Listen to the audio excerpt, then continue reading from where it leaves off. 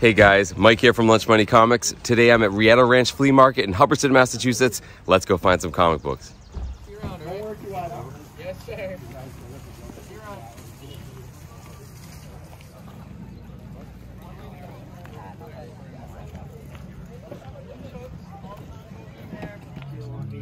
Yeah, no, you're good. Huh? You're good. Happy.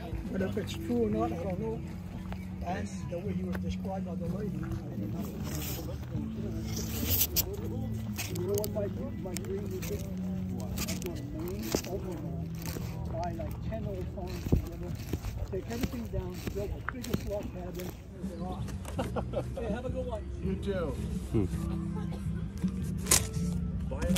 Yeah, right. That one right there.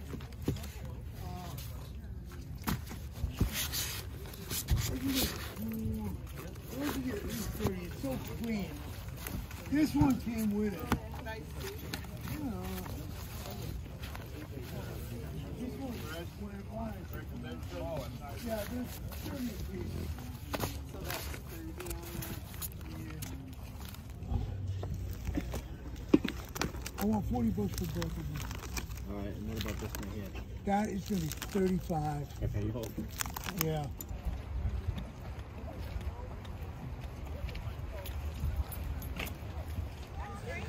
It's a really nice day, guys, here in June, and this is a huge flea market today. There are a ton of vendors.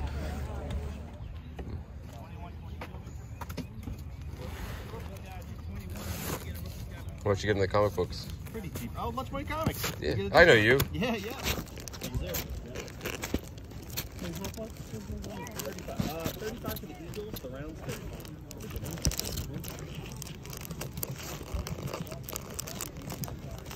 30 on the Morgans.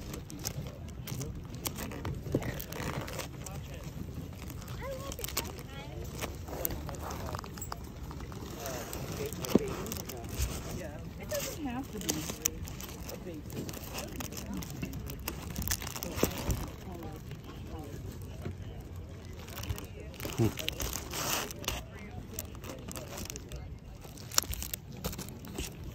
One, two, three, four, five, six. That's it. I hate that one. That's well, I don't care how much it's worth. When you're going to sell it, 15? No way. Oh, I got it for 10. Good.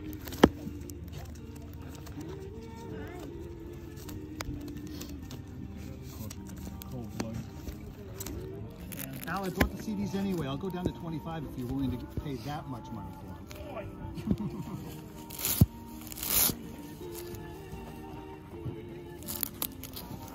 Let me see them again. You got them? Let me see. Let me see. Somewhere.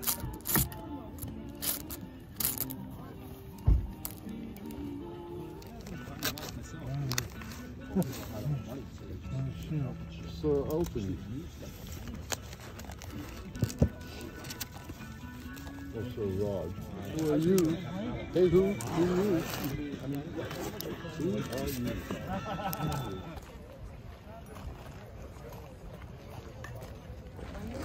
All right, I'm about halfway through this huge flea market. I found some comic books, not a ton, but I'm going to like the smaller vendors now, smaller tables. Sometimes I have some pretty good luck here because people tend to look here last. So let's see how I do.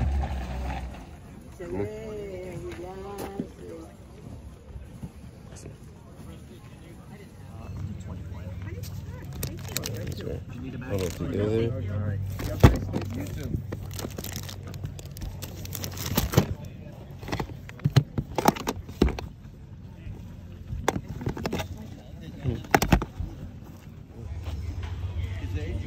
Oh, they're comics. Yeah, yeah. But these are new. I had These a are new? customer that had extras that he didn't sell. Oh, okay. And I bought them off. Yeah, you gotta do that. Gave me a good price on them. Gotta do my TikTok. Let's get second Lar Fleas. Cool. So many comic books.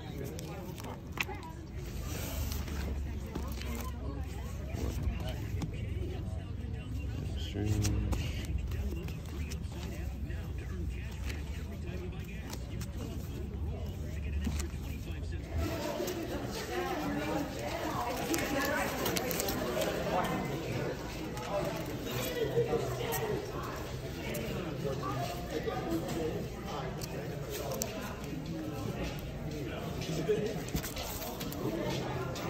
print.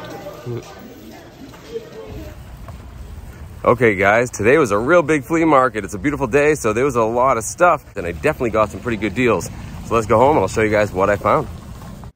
So there you go. That was the always reliable Rietta Flea Market in Hubbardston, Massachusetts. It happens every single weekend as long as the weather's nice out, and I try to go as often as I can in the summer. As I said in the footage, it was a beautiful June day. That place was hopping, full of sellers, full of buyers, and you could tell from the footage, I found a lot of comic books. I ended up with a pretty good little stack and definitely got them at some lunch money comics prices. It was actually the first of 2 flea markets I went to on this morning. I thought about putting them both together in the same video, decided to split them out. So look for part 2 of that morning in a few more days. It's going to be a shorter video. I didn't get as many comic books. Now, you may notice that I have a pretty bad summer cold right now. Aren't summer colds like the worst? They are so much worse than winter colds, and I keep losing my voice. So I'm gonna try to do this as quickly as possible. If you like this stuff and want to support the channel, head on down, like, comment, and subscribe. And of course, you can follow me on Instagram under Lunch Money Comics IG. Let me show you guys what I found at this flea market. So the first comic books I want to show you, I got from the same vendor. It was towards the end of the flea market, and I bumped into him in the past. He always has comic books. Evidently, years ago, he bought like a storage unit or like an estate sale. He bought a ton of comic books, and most of them are modern. But what's really cool is every time I've seen him, he brings like different stuff. So, you know, he can't bring all the stuff he has, so you never know what he's got. It's always worth going through. Usually it's modern stuff I'm not usually too into, but you never know what you'll find. So I got 5 books from him. I got them for like $2 each. So let's start with this one. This is Silver Surfer, number 53 from 1991. Awesome cover art by Ron Lim. Guys, I tell you, when I look at Ron Lim's Silver Surfer, very few things take me back to the early 90s. Absolutely love his aesthetic. And this book here, what's the significance? Well, until very recently, it didn't really have any. This is the first appearance of a very minor character, General Dar-Ben, basically a guy who has a failed coup to take over the Kree Empire. Who cares, right? Well, recently, they've announced that one of the antagonists, maybe the primary antagonist of the Marvels movie, is a gender-swapped Dar-Ben played by Zawe Ashton. Because of that, this book sort of shot up in not so much popularity, but certainly in attention, and it should be really a $1 book, and people have been buying it for more than that. And I recently found this book, not this copy, a different one for $1, threw it on eBay just to see what would happen, and it sold for $11, which I thought was kind of crazy, guys. Don't buy into the whole FOMO thing way too much. This is a $1 or a $2 book. I got it for $2. Felt like picking it up just because it's in the collective zeitgeist of collectors nowadays in the movie and stuff like that. I'm not into spec, I say it all the time, but it was worth picking up for $2 just to talk about it on the channel. There you go, guys. Silver Surfer 53, first Dar-Ben. I've also been talking quite a bit on my channel about how much I like the Spectre. I think the Spectre is a really, really cool character. And everyone told me when I was getting into Spectre to check out the John Ostrander run from the 90s. I said I would do that on my channel. A friend of mine recently gave me a huge stack of that run for me to read. But of all the ones he gave me, it was missing several issues, including issues 2 and 3. I had the first issue and then like 4, 5, 6. So I've been on my the lookout for 2 and 3. So I was very happy to find them in this collection. Excellent cover art, by the way. Very cool. So yeah, I mean, I have been reading them. I haven't read these 2 issues. I've kind of been waiting to make sure I have like, you know, the first 10 or so to really get into it. But yeah, I'm happy to pick these up. Again, $2 each to fill in not only a run, but a storyline I'm into. Absolutely worth picking up. The last 2 I got from him were loose. They weren't bagged or boarded because it was in a pile of comics that he said he recently got. I went through, again, they were all modern, but there were 2 that really jumped out to me, and they are these. We have Green Lantern Volume 4, number 38, and number 40. So these are written by Jeff Johns. So let's go back to the early to mid 2000s. And Jeff Johns starts writing Green Lantern Volume 4 and starts adding some new mythology. And one of the things he did that is probably most notable is that he came up with the idea of the emotional electromagnetic spectrum, meaning all the colors of the visible light spectrum had their own lanterns. It wasn't just green lanterns of will and the yellow lanterns of fear. There were red lanterns and orange lanterns and blue and purple, you know, things like that. And each of them tied to a different emotion, each of them with their own champions, their own personifications and embodiments of those emotions. And even as a Marvel collector, I don't know, guys, something about that whole storyline and all these characters really, I don't know, it appealed to me. I liked it. I was kind of into it at the time, mostly because the new characters I thought were pretty cool. For instance, the Red Lanterns, their champion, their leader was Atrocitus. Just a cool name, cool character, red based on hate. And then my favorite one was the Orange Lantern, the only Orange Lantern, who is Larfleeze, who is right here. Larfleeze is the only Orange Lantern because orange is the light of greed. So he's the only one. He keeps all the power for himself. I just thought that was a cool concept. So yeah, I was into all these guys, but my favorite character of all of them is in fact Larfleeze, and his first full appearance is in number 39, the one that these two books are bookending. I've been looking for this book. I can get it on eBay pretty cheap, guys, but I want to find it in the wild. Still, I like this storyline. It leads into Blackest Night, which I have recently got the trade paperback for. I just love the whole concept of them. I like reading it. I love the art. So I've been picking these up, especially if they're leading into the Blackest Night storyline, which I am currently reading. So, yeah, I still don't have number 39. I will get it soon, but I absolutely had to have number 38, which sort of has like a preview for number 39, and number 40, which actually has Larfleeze in it. So, let me know, guys, down in the comments, if you're a fan of the spectrum colors of Green Lanterns. I know some people think they're kind of hokey. I get it, but I just think the characters are actually pretty well done. I think it could have been a lot worse. So I like them. Larfleeze is my favorite. Let me know if you like him as well.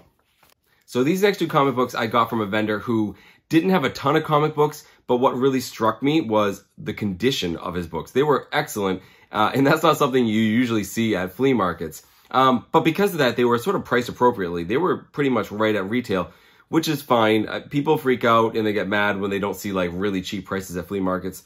People can charge whatever they want. But because of the conditions of these books, I thought he was actually pretty spot on, and he still gave me a deal on these two books, so I definitely got them at a great price. The first book is one I already own. It's this. This is Marvel Masterpieces, book 1 of 4 from 1993, and this isn't really a comic book per se, meaning it doesn't like have a story in it. Instead, this is an art book with each page depicting a different piece of art, a different card from the 1992 Marvel Masterpieces card set. Now, I've talked on my channel many times in the past how influential these Marvel trading cards were on me when I first really got into Marvel Comics. I mean, this is where I learned about where a lot of the characters came from, who they were, their power sets, things like that.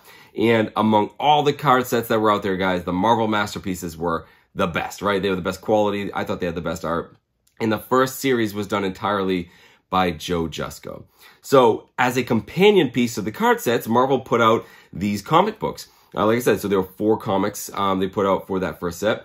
And it was great because, you know, as great as the cards are, you can actually look at the art in a much bigger format in the comic book itself and really get to enjoy it. So I thought that was a really cool thing that they did. Now, these books are pretty cheap, and I pick them up whenever I can find them, mostly because I have lots of friends who are also into those cards, and I like to get them just as like a gift or a trade or something like that. And because they're so cheap, who cares, right? But I already own this book, and very recently, I got to meet Mr. Joe Jusko at a comic convention, and I had him sign the other copy of this book. And it was great. He was such a nice guy. We had a great conversation, and I told him how important these cards were to me, you know, in my collecting journey, and he said a lot of people tell him that. He's just a really great guy. So I have a fantastic copy of this already signed by him. I wanted one that wasn't signed. Now, I also picked this book up quite a bit because, and this may seem sort of blasphemous, and I don't endorse destroying comic books, but this comic book is so cheap and the art is so good. If you ever find these comic books, guys, I think it's okay to break them apart. Take the staples out, maybe cut some pages out, because you can put the art up on your walls. Throw them in some poly bags. They look great. I think it's one of those things, like a couple of these and you can decorate your whole wall. Looks like this. It's a cool thing to do. I think because they're so cheap, it's probably something you can get away with. And I sort of endorse it. So there you go, guys. Marvel Masterpieces, book 1 of 4 from the first card set. Let me know down in the comments, any of you who actually collected this first set of Marvel Masterpieces. Very cool. The other comic book I got from this guy was this. So this is The Amazing Spider-Man number 346 from 1991. This is part of the Michelini run on Spider-Man, and you have this iconic art, of course, by Mr. Eric Larson. Now, remember, the Todd McFarlane Venom, yeah, he basically looked like a black, bulky Spider-Man with sharp teeth. But you don't get the drooling, long tongue, tentacly, much more alien looking Venom until other artists come later. And Erik Larsen had a lot to do with that and really started making Venom this sort of look that, you know, a lot of us know from the early to mid 90s. And guys, I look at this comic book and man, this screams early 90s to me. I read a lot of these comic books back then. I'd come home from school, watch, you know, Saved by the Bell, and read An Amazing Spider-Man with a tentacled, toothy Venom.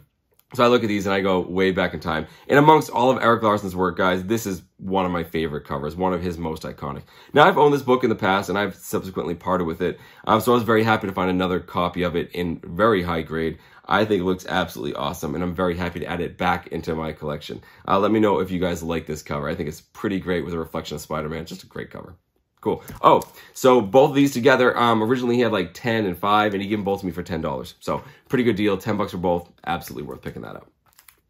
So the rest of these comic books I got from a vendor named Sean, and I know Sean's name because a few weeks ago, when I was last at Hubbardston, he actually introduced himself to me because he watches the channel. He recognized me from Lunch Money Comics. We struck up a great conversation. Really good guy. Sells lots of things, gold, silver, you know, bullion. But he has tons of comic books. And the best part about his comics, they're cheap. So I dug through his boxes. I could have spent all day going through them. But I ended up with 7 books that I really wanted. And all of them are actually from the same storyline. So what books am I talking about? I'm talking about this. So this is the 2015 Secret Wars story by Jonathan Hickman. And you see right here, I have the first 6 issues of the 9-part series and book 0, which is a free comic book day exclusive. I've talked about this storyline in the past. I think most people are familiar with it. In this storyline, basically, it is an incursion of all the different Marvel universes, the multiverses, into one gigantic battle world with God, Emperor Doom. Very cool storyline. I've read it. I like it. I already own this whole storyline right here. I actually recently picked it up as a set, and I thought I got a great deal at the time by getting the entire set for a little bit more than what the newsstand price is. But even though this isn't a full set, he was able to sell all of these for $1 each, which I think is a great deal. I always pick up full sets whenever I can, guys, or start chipping away at them. I like having duplicates. I like to be able to kind of group them together as part of a, you know, a trade or as a gift or something like that to someone who hasn't read them. And yeah, I'm only missing 3. I need to find 7, 8, and 9. I'm sure I'll find them cheap somewhere and finish my second set of Secret Wars. But I think it's a really great storyline. You know, I'm not huge into modern comic book reading, guys. I do read them. But this is one of those ones that I thought was pretty awesome. The art is fantastic. All these covers are by Alex Ross. Just a great, important storyline. And I think most people can agree that the MCU Secret Wars movie that's going to come out is going to be based on this 2015 iteration of Secret Wars, not the 80s one. So yeah, awesome covers, awesome story, awesome art, and yeah, I got them for $1 each, which I think is a great deal. Thank you so much, Sean, for selling these to me, and also for watching the channel. Let me know down in the comments, guys. Any of you who have read this storyline, let me know what you think of it. I thought it was pretty awesome, and I'm excited to see it on the big screen. So yeah, a pretty decent little stack of comic books from the flea market. I love everything I got, not just because I want to add them to my collection, but because I'm going to read most of them. And the best part is I got all of these for $27. That's some Lunch Money Comics kind of money right there. Beautiful day at the flea market, great weather, fun comic book hunting, and some cheap reading material. Can't get much better than that, guys. Head on down to the comments and let me know which of my pickups you like the best. Definitely let me know if you've read any of these storylines and what your opinion on them is. I apologize once again for my voice. It held out barely. In the meantime, I hope you keep hunting for comic books in strange and unusual places like flea markets. Thank you all so very much for watching, and I'll see you guys next time.